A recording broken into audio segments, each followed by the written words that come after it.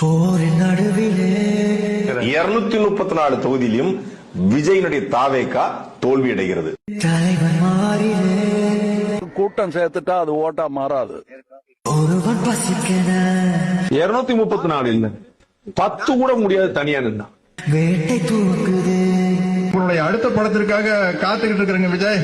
நரிகள் கூட்டமோ அரசியல் அப்படியே முதல்ல வழி கிடக்குது.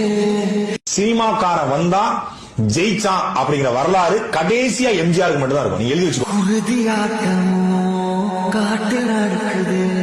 ரெண்டு நிறுவனம் என்ன சொல்லுது, அவர் தான் முதலமைச்சர். இப்ப இது எவ்வளவு பெரிய காமெடின்னு மக்களுக்கு தெரிஞ்சிருச்சுல்ல. வாடைகள் 100 வந்து போதவில்லையே. உன் பேரையே முழுசா உன்னால சொல்ல முடியாது. சொன்னா பாதி பேர் ஓட்டு போட மாட்டான். சி ஜோசப் விஜய் எனும் நான்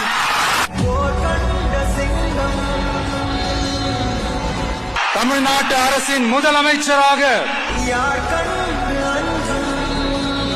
உறுதிமொழிகிறேன்.